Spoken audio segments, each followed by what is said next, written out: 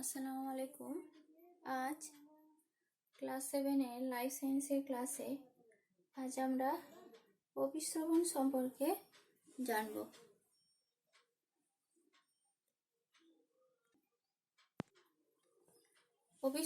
প্রথমে আমরা জানব অভিশ্রবণ সম্পর্কে, যে অভিশ্রবণ কাকে বলে। অভিশ্রবণ তোমাদের আগের ক্লাসে আমি পড়িয়েছি, তাও আরেকবার বলে দিই যে অভিশ্রবণ হচ্ছে ব্যাপনের মতো একটা ভৌত প্রক্রিয়া। ব্যাপনের মতো অভিশ্রবণও একটা ভৌত প্রক্রিয়া।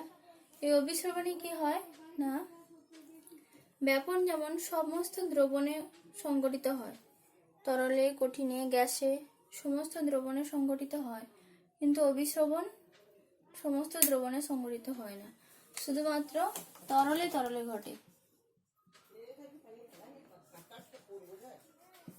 তরলে তরলে হয়, তরলে তরলে সংঘটিত হয়। তো একটা ভৌত প্রক্রিয়া যেখানে পদার্থের গতিশীল অণুগুলো সমপ্রকৃতির দ্রবণে অর্ধভেদ্য পর্দা দ্বারা পৃথক সমপ্রকৃতি, মানে অর্থাৎ তরল তরল দুটো একই প্রকৃতির দ্রবণ হবে। সমপ্রকৃতির দ্রবণে কি হয়, অর্ধভেদ্য পর্দা দ্বারা পৃথক। কম ঘনত্বের স্থান থেকে বেশি ঘনত্বের পদার্থের অণুগুলো কম ঘনত্বের স্থান থেকে বেশি ঘনত্বের স্থানের দিকে গিয়ে কি হয় না, সমঘনত্বে পরিণত হয়, তাকে বলা হয় অভিশ্রবণ বা অসমোসিস। এই অভিশ্রবণ দ্রবণে ঘটে, তো সমপ্রকার দ্রবণে ঘটে এবং দ্রবণের মধ্যে কম বেশি থাকতে হবে।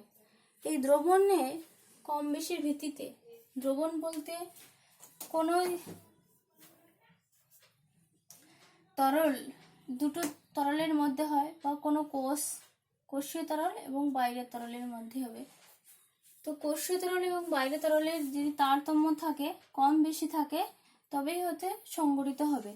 অভিশ্রবণের সেরকম যে দুটো মাধ্যমে যদি কম বেশি থাকে তবেই ব্যাপন সংঘটিত হবে। যদি সমান সমান থাকে সেটা কিন্তু সংঘটিত হবে না, সেখানে কোনো ব্যাপনও হবে না, কোনো অভিশ্রবণও হবে না। তো অভিশ্রবণে কি হচ্ছে, দ্রবণে দ্রাবক অণু, অভিশ্রবণে কি হচ্ছে, তরলে হচ্ছে, ওই জন্য দ্রবণ। এই দ্রবণে দ্রাবক অণু কিন্তু যাতায়াত করে, দ্রাবক অণুটা যাতায়াত করে, কারণ দ্রাবক অণুর আয়তনটা ছোট ছোট, কিন্তু দ্রাব অণু কিন্তু যাতায়াত করতে পারে না, কারণ দ্রাব অণুর আয়তন বড় বড় হয়, ওই জন্য দ্রাব অণু যাতায়াত করতে পারে না। তো অভিশ্রবণ যে প্রকার দ্রবণে হয়, সেই দ্রবণকে 3 ভাগে ভাগ করা হয়। আর কোন কোন প্রকার দ্রবণে হয়, এমনি আমরা দ্রবণকে 3 ভাগে ভাগ করি।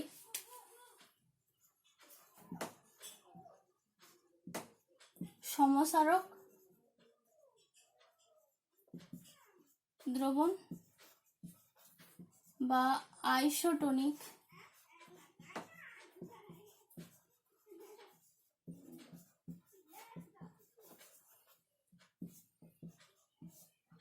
লঘু সারক দ্রবণ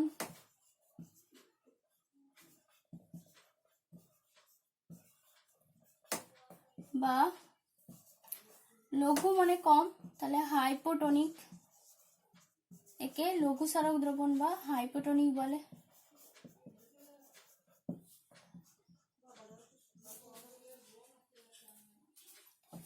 অতিসারক দ্রবণ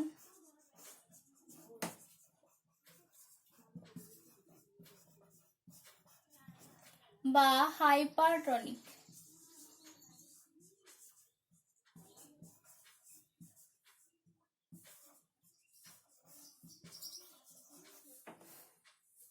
সমসারক দ্রবণ বা আইসোটোনিক, লঘু সারক দ্রবণ বা হাইপারটনিক এবং অতিসারক দ্রবণ বা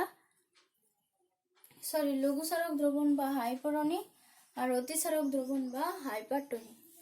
সমসারক দ্রবণ কাকে বলে, যে দ্রবণে কি হয় না, যদি অভিশ্রবণ সংঘটিত হয়, যদি কোষের ভিতরের জল এবং কোষের বাইরের জল যদি সমান সমান থাকে, কোষের ভেতরের ঘনত্ব এবং কোষের বাইরের ঘনত্ব যদি সমান সমান থাকে, তখন কি হবে, তখন সেই দ্রবণকে বলবো এই সমসারক দ্রবণ।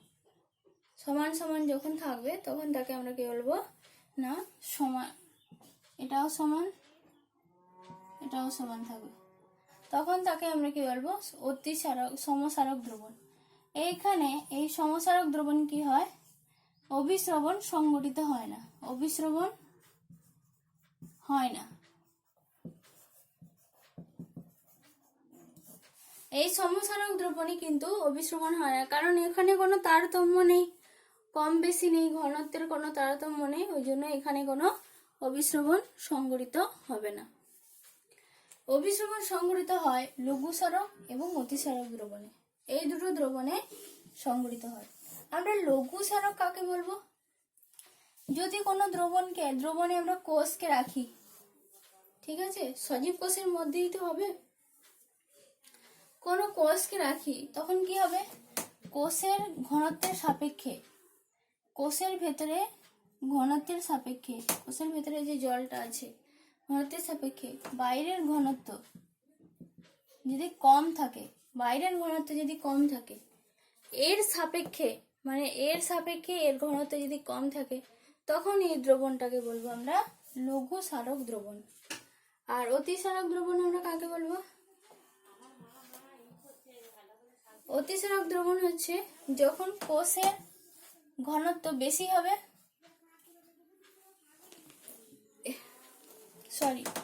বাইরের দ্রবণের ঘনত্বের তুলনায় এটা যদি বেশি হয়, এর সাপেক্ষে এটা যদি বেশি হয়, মানে কোষের ভেতরের ঘনত্বের তুলনায় বাইরের ঘনত্ব যদি বেশি হয়, তখন সেটাকে আমরা কি বলবো, অতিসারক দ্রবণ।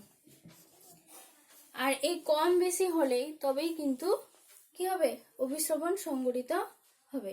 তাহলে অভিস্রবণ দুটো দ্রবণে হয়, একটা লঘুসারক দ্রবণে যেটাকে হাইপোটনিক বলা হয়, আর একটা হচ্ছে অতিসারক দ্রবণে যেটাকে হাইপারটনিক বলা হয়। অভিস্রবণ, এবার অভিস্রবণের প্রকারভেদ।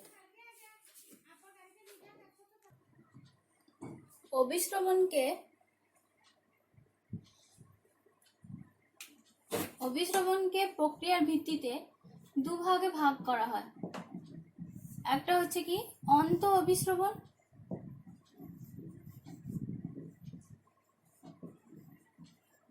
আর একটা হচ্ছে বহি অভিস্রবণ।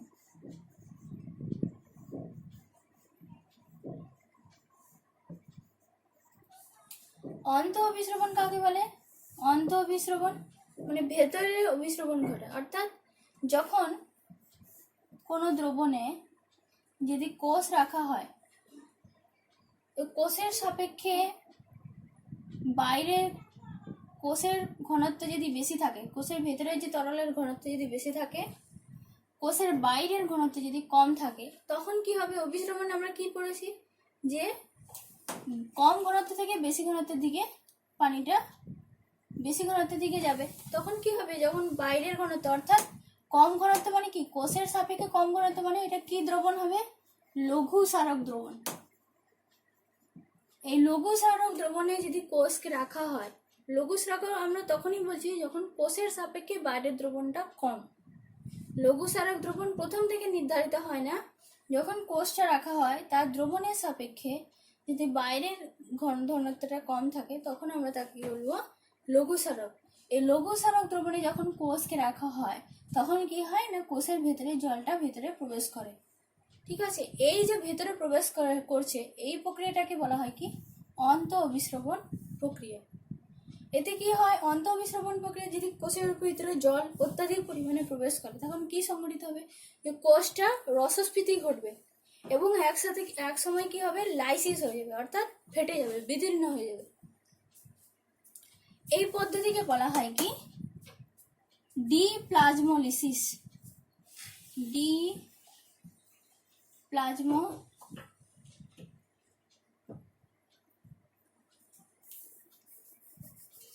প্লাজমোলাইসিস, একে বলা হয় কি প্লাজমোলিসিস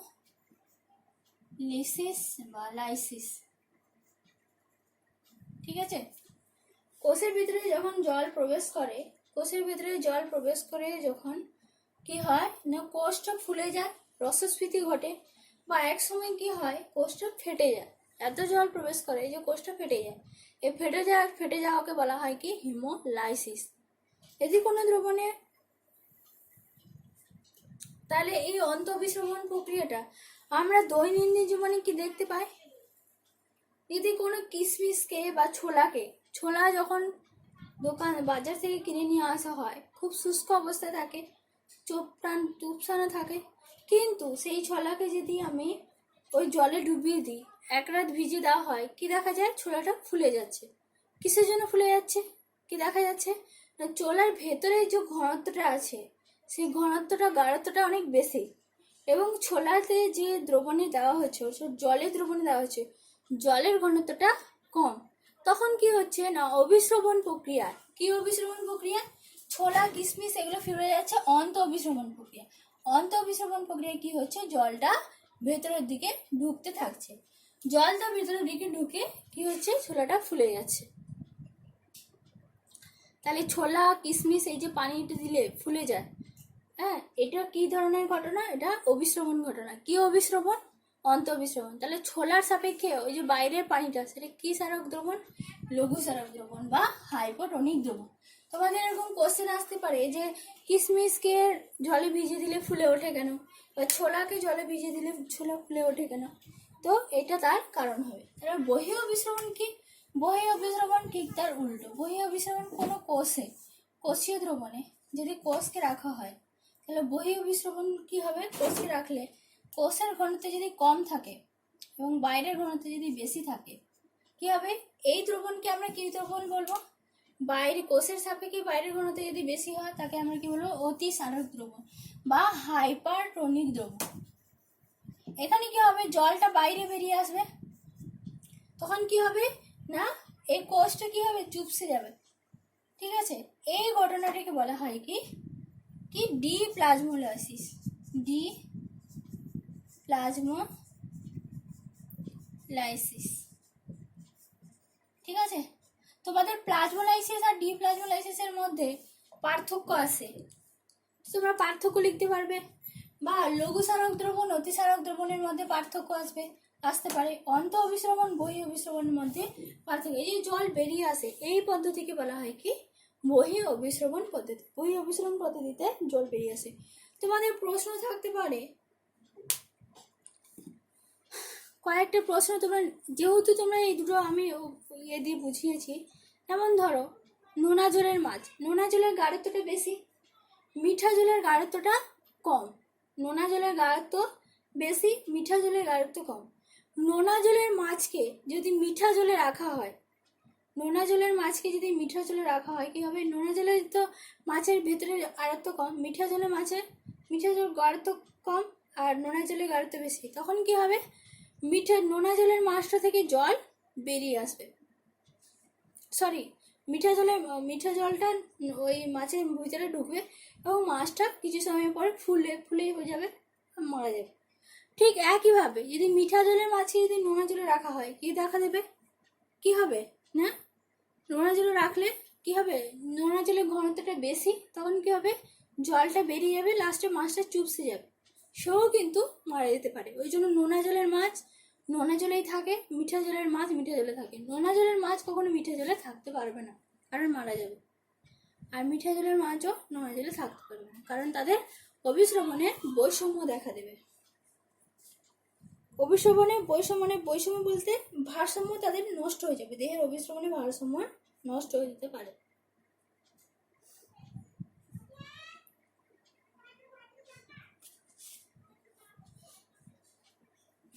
তাহলে তোমাদের কিছু কোশ্চেন দিই, ওই কোশ্চেনগুলো তোমরা লিখবে, উত্তর লিখবে, নিজে থেকেই উত্তর লিখবে।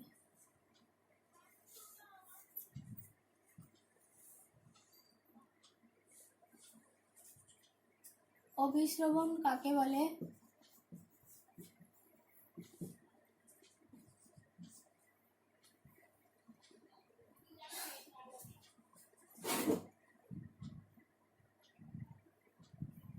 অভিস্রবণ কয় প্রকার ও কি কি?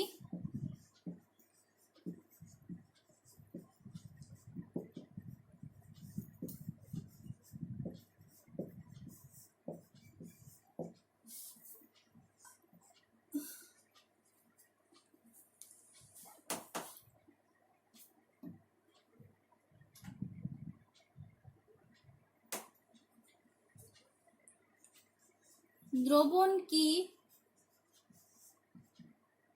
দ্রবণ কয় প্রকার?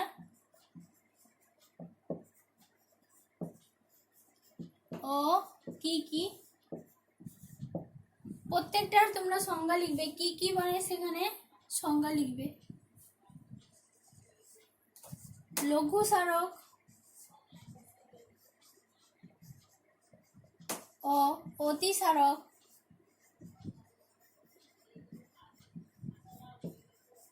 দ্রবণের মধ্যে পার্থক্য লেখো।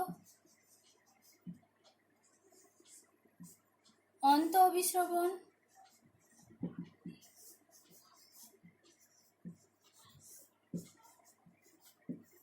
ও বহি অভিস্রবণের মধ্যে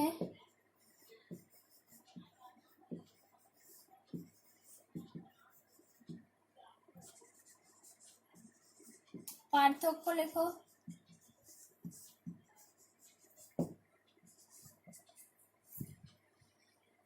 নোনা জলের মাছকে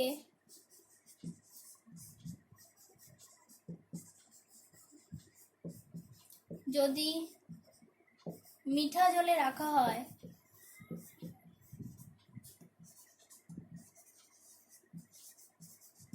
তাহলে কি ঘটবে?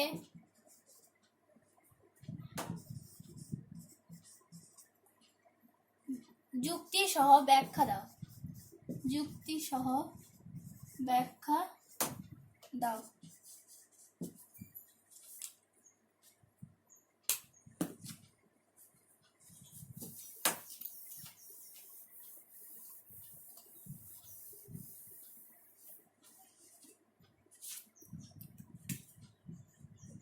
মিঠা জলের মাছকে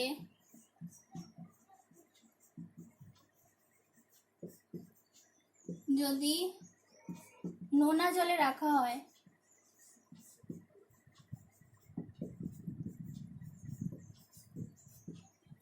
তাহলে কি ঘটবে? যুক্তি সহ ব্যাখ্যা দাও।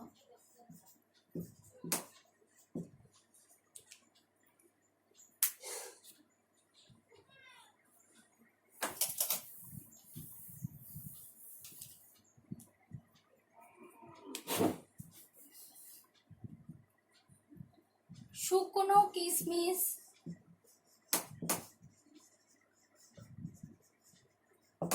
ছোলা জলে রাখলে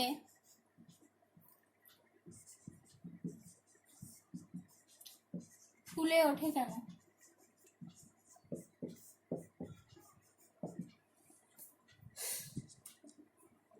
তোমাদের ব্যাপনের সাথে আর একটা উদাহরণ আছে যে সাপ কেন বারবার করে জিভ বার করে? সাপ কেন বারবার করে জিভ বার করে? ব্যাপনের ওটা কারণ কি না, সাপের মাথার উপরে এক ধরনের অর্গান থাকে যাকে বলা হয় কি জেকবসন অর্গান। সেই জেকবসন অর্গান যখন সাপটা জিভ বার করছে তখন বাইরের পরিবেশে যে পদার্থের অণুগুলো সেগুলো কি হচ্ছে ওই জিভটায় লেগে যাচ্ছে। ওই জিভটা সে কি করছে মাথার তালুতে ঠেকাচ্ছে। সেখানে কি হচ্ছে মস্তিষ্কে যে ঘ্রাণ অনুভূতিগুলো সেগুলো অনুভূতি হচ্ছে এবং সে বাইরের পরিবেশের সম্পর্কে সে জানতে পারছে এবং সচেতন হতে পারছে। ওই জন্য সাপ কি করে না বাইরে বারবার করে জিভ বার করে। তারপরে দেখো বিস্রবণের আগে তোমাদের একটা রয়েছে ফেরোমন। ফেরোমন কি না, ফেরোমন হচ্ছে হরমোনের মতো এক ধরনের রাসায়নিক পদার্থ যেটা প্রাণীদের দেহ থেকে নিঃসৃত হয়। তো তবে এই ফেরোমন কিছু প্রাণীর দেহে নিঃসৃত হয়। এই ফেরোমনের প্রভাবে কি হয়, এই ফেরোমনই ফেরোমন এক ধরনের উদ্বায়ী রাসায়নিক পদার্থ যা শরীর থেকে নিঃসৃত হয়। তো এই ফেরোমন এর গুরুত্ব প্রাণীদের জীবনে যথেষ্ট গুরুত্বপূর্ণ। কিভাবে? ফেরোমন প্রজননে একটা বড় ভূমিকা পালন করে। ফেরোমনের প্রভাবে কি হয় না, একটা প্রাণী সেই প্রাণীর সম্পর্কে জানতে পারে। ধরো পিঁপড়ে পতঙ্গ শ্রেণীর প্রাণীদের দেখা দেয়, পতঙ্গ শ্রেণী, তৃণভোজী, মাংসাশী এসব প্রাণীদের ফেরোমনের গন্ধে কি হয় না, স্ত্রী প্রাণী বা পুরুষ প্রাণী ছুটে আসে এবং মিলনে অংশগ্রহণ করে। আবার দেখা যায় কি, তোমরা দেখবে পিঁপড়ে শাড়ি বেঁধে, কোনো জায়গায় দেখবে পিঁপড়ে শাড়ি বেঁধে যায়। তো এই পিঁপড়ে ফেরোমনের গন্ধে, কারণ পিঁপড়ে ব্লাইন্ড, পিঁপড়ে কিন্তু দেখতে পায় না, তো ফেরোমনের গন্ধে কি হয়, সে কিন্তু বুঝতে পারে যে তার যে দল কোথায় আছে। যদি তোমরা দেখবে যে পিঁপড়ের যদি লাইনটাকে যদি তুমি আগুন দিয়ে ঘষে দাও, দেখবে সেই পিঁপড়ের লাইনটা বিচ্ছিন্ন হয়ে যায়, আবার অনেকক্ষণ পরে সেই পিঁপড়ের লাইনটা আবার ঠিক হয়ে যায়। তো এই ফেরোমনের প্রভাবে আমাদের দৈনন্দিন জীবনে কী সাবধানতা অবলম্বন করতে হবে? যদি গ্যাস লিক হয়ে যায়, জানলা খুলে তবে আগুন জ্বালাতে নেই। তারপরে বদ্ধ নর্দমায় কী ধরনের গ্যাস উৎপন্ন হয়? হাইড্রোজেন সালফাইড H2S গ্যাস উৎপন্ন হয়, যেটা বিষাক্ত গ্যাস, যেটা ফুসফুসে ঢুকে অনেক ক্ষেত্রে কী হয়, মানুষের মৃত্যুও ঘটতে পারে। তারপরে অর্ধবেদ্য পর্দা কাকে বলে? অর্ধবেদ্য পর্দা কি? এরপর কি, অভিশ্রবণ আমাদের জীবনে কি গুরুত্বপূর্ণ ভূমিকা পালন করে। জীবজগতে অভিশ্রবণের কি গুরুত্ব আছে? আমরা ব্যাপনের গুরুত্ব সম্পর্কে আমরা জেনেছি, জীবজগতে অভিশ্রবণের কি গুরুত্ব রয়েছে সে সম্পর্কে আমরা জানব। তোমাদের যেটা ডিপ্লাজমোলাইসিস বলেছি, ডিপ্লাজমোলাইসিস মানে রসের স্ফীতি ঘটা, আর যেটা প্লাজমোলাইসিস সেটা হচ্ছে সংকুচিত হওয়া।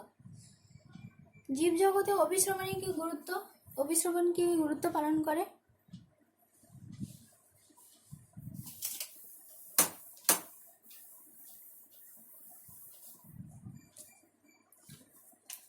অভিশ্রবণ যদি উদ্ভিদ দেহে দেখা হয়, যে উদ্ভিদ দেহে অভিশ্রবণের কি গুরুত্ব?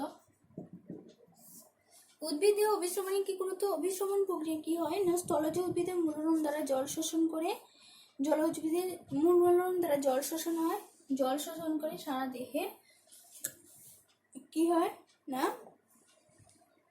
সারা দেহে জল শোষণ করে জল শোষণ করে কি করে না, সেটা খাদ্য তৈরির জন্য লাগে। মনোরম দ্বারা জল শোষণ অভিশ্রবণ প্রক্রিয়া ঘটে। নেক্সট হচ্ছে কি, জল শোষণ করে কি হয়, যখন জল শোষণ হয়, জল শোষণ করে বীজের অঙ্কুরোদ্গম ঠিকঠাকভাবে সংগঠিত অঙ্কুরোদ্গম হয়, ফলে কি হয় না, সব করার কোষ ঠিকঠাক করে, ফলে কোষের বৃদ্ধি ঘটে। আর কি না, অভিশ্রবণ ফলে কোষের রসস্ফীতি ঘটে, ফলে কি হয় না, বীজজাতীয় গাছ ঠিকঠাকভাবে দাঁড়াতে পারে এবং বাষ্পমোচন সংঘটিত হয়। অন্তঃঅভিশ্রবণ বহিঃঅভিশ্রবণ নিয়ন্ত্রণের মাধ্যমে, অন্তঃঅভিশ্রবণ বহিঃঅভিশ্রবণ প্রক্রিয়ার মাধ্যমে কি হয় না, বাষ্পমোচন ঘটে, অর্থাৎ পত্ররন্ধ্র খোলে এবং পত্ররন্ধ্র বন্ধও হয়। আর প্রাণীদেহে কি ঘটে?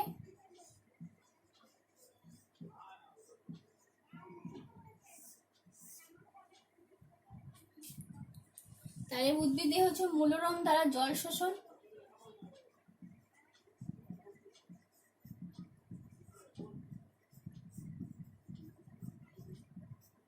মূলরম দ্বারা জল শোষণ, আর